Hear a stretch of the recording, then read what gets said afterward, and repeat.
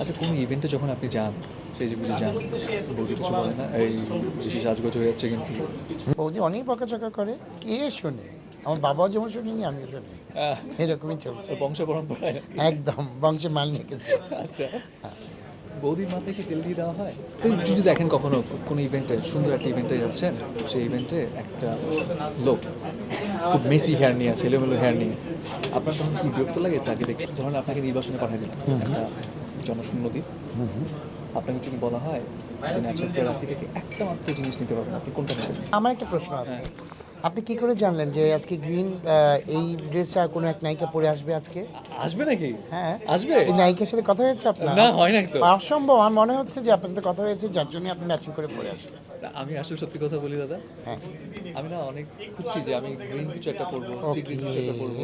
হ্যাঁ, খুঁজতে আমার সাইজ মতো আমি পাচ্ছিলাম না। পরে একটা দোকানে যেয়ে দেখছি আছে, বাস পপ করে নিয়ে না কিন্তু সুন্দর সুন্দর লাগছে, কিন্তু যে নায়িকা আজকে আসছে, দেন আই এম লাকি। হ্যাঁ একদম মিলে যাবে।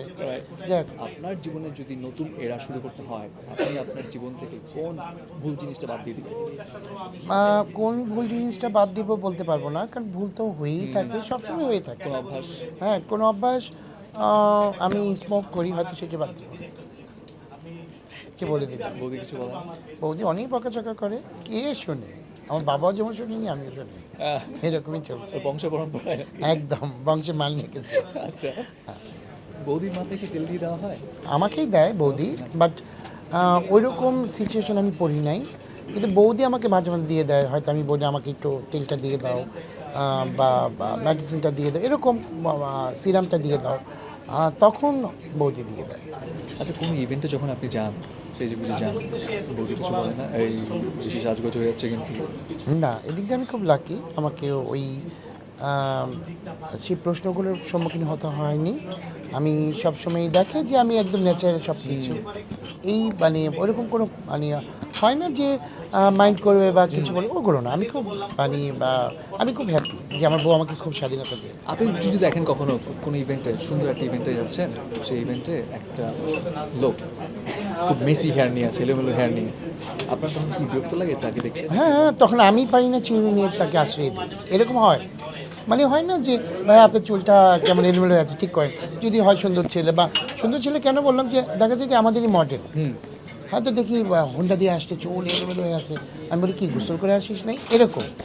আল্লু অর্জুনের পুষ্পার হ্যাঁ মতো না? হ্যাঁ, ধরুন আপনাকে নির্বাচনে পাঠিয়ে দিলাম একটা জনশূন্য দ্বীপ, আপনাকে যদি বলা হয় যে ন্যাচারাল থেরাপি থেকে একটা মাত্র জিনিস নিতে পারবেন, আপনি কোনটা নেবেন? আমি প্যাক নিই। প্যাক? কেন? হ্যাঁ হ্যাঁ, একটু ওদের থাকতে প্যাকটা হবে। আমার খুব ভালো লাগে, আমি ইউজ করেছি, এর আগে শ্যাম্পু ইউজ করেছি, তেল ইউজ করেছি, কিন্তু এই প্যাকটা খুব ভালো, এর জন্যই আমি মানে আপনি প্যাকটা ইউজ করবো। নির্বাচনে যাবেন কিন্তু সৌন্দর্য থাকা থেকে দূরে থাকবেন না। তাহলে আমি তো সুন্দরের জায়গায় আছি, আমি তো সুন্দর তৈরি করি, তো সেই জায়গাটাকে জায়গাটা থেকে আমাকেও সুন্দর থাকতে হবে না? আমার বাবার মতন। আমার বাবা ভালো কাজের জন্য আমার বাবার মতন হতে চাই। বাবার কি ভালো লাগে তোমার কাছে? বাবার ভালোবাসা, আর বাবার ভালোবাসা, যদি আমি একটা খারাপ করলে বাবা বুঝায় আমাকে। তোমার বাবা যে বাসায় বসে রান্না বান্না করে তোমার কেমন লাগে? মজা মজা রান্না হয়। তাই মজা রান্না না? কোন জিনিসটা তোমাকে রান্না করে খাওয়া? বেশিরভাগ মাংস, বেশিরভাগ মাংস। তাই না? বাবার কোন জিনিসটা তোমার দেখতে ভালো লাগে? বাবা কোন জিনিসটা ভালো লাগে বেশি? বাবা কাজ করা।